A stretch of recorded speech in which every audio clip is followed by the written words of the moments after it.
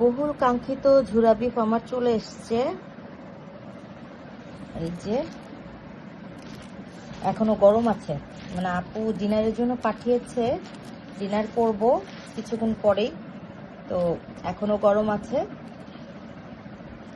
আমি এভাবেই খেতে পারবো, আমার আর আজকে কোনো গরম টরম করে নেওয়া লাগবে না, আজকে সরাসরি খাবো।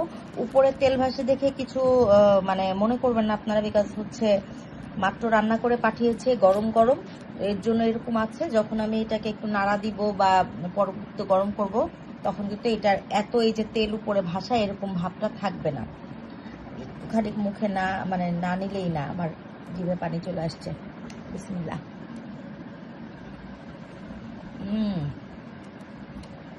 অসাধারণ এই মজাদার মাখা মাখা ঝুরা বিফ।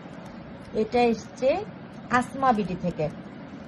এই পেজের আপুর হাতের মানে গরুর যে কোনো আইটেম এত মজা এত মজা, মানে আমি তো ওনার ফ্যান না, আমি ওনার এসি হয়ে গেছি। এবং শুধুমাত্র আমি না, ইভেন তায়ুষও নাও, ওনার গরুর মাংসের এই যে মানে এই ঝুরা বিফ, তারপরে গরুর ভুড়ি ভুনা, যেটা একদম ফ্যান হয়ে গেছে। কায়ুও প্রায়ই আমাকে বলে যে মা এই আসমা বিডি থেকে গরুর মাংস আনাও।